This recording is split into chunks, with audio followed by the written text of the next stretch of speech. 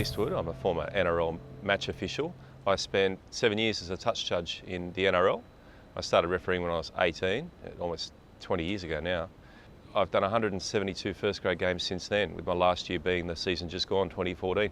2011 was my best year. I managed to do the City Country game, the final 2 State of Origin matches, and the grand final. 7 years in the NRL has been terrific. I've got a lot of friends out of it, and that's the main bit I'll take away from it.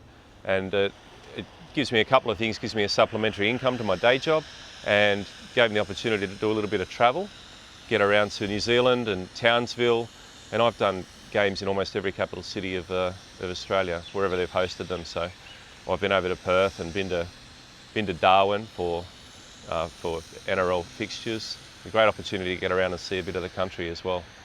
You don't really know what the match officials go through on a first grade rugby league game until you get out there and do it. I spent over a decade getting to first grade, and I didn't want to finish there. But at Wynn Stadium, when the 2-minute bell went to go out into the park, it was almost like the death knells were ringing, and I was going to the gallows, because I thought, one stuff up and I'm finished.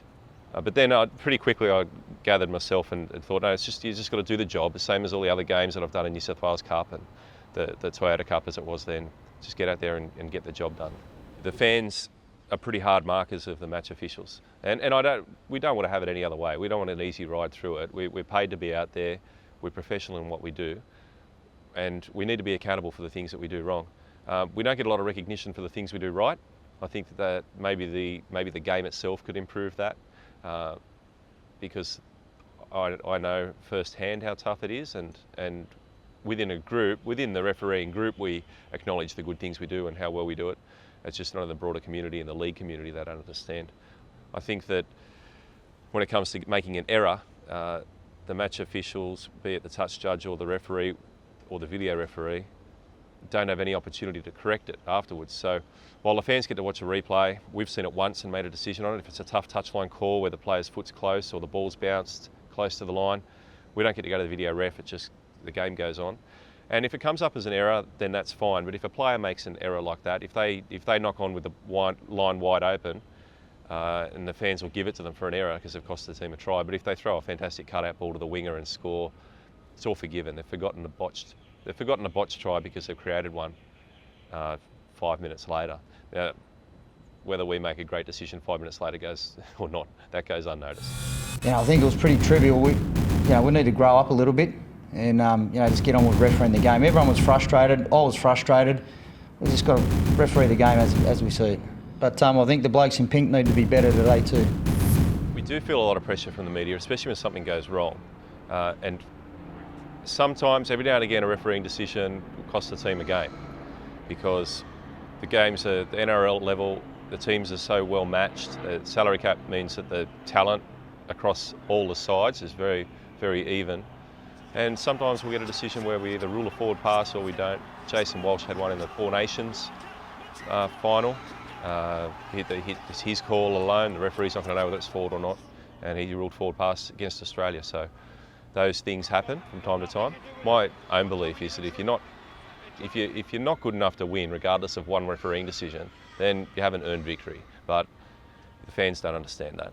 I've got a lot of experience with junior refereeing.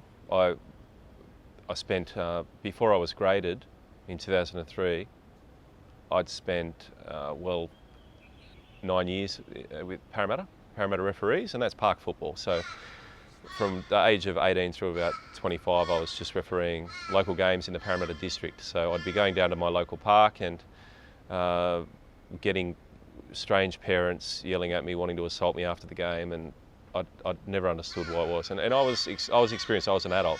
The kid who's 14 years old and he goes out to Maryland's Oval or Rossford Reserve or Ringrose or one of those local grounds, and he's controlling an under-12s match, they're the ones that need the support more than anyone else. At the NRL level, I've got my teammates, all of the NRL squad. I've got the coaches in our squad as well. We've got the New South Wales Referees Association to assist us. I've got a lot of support within the group.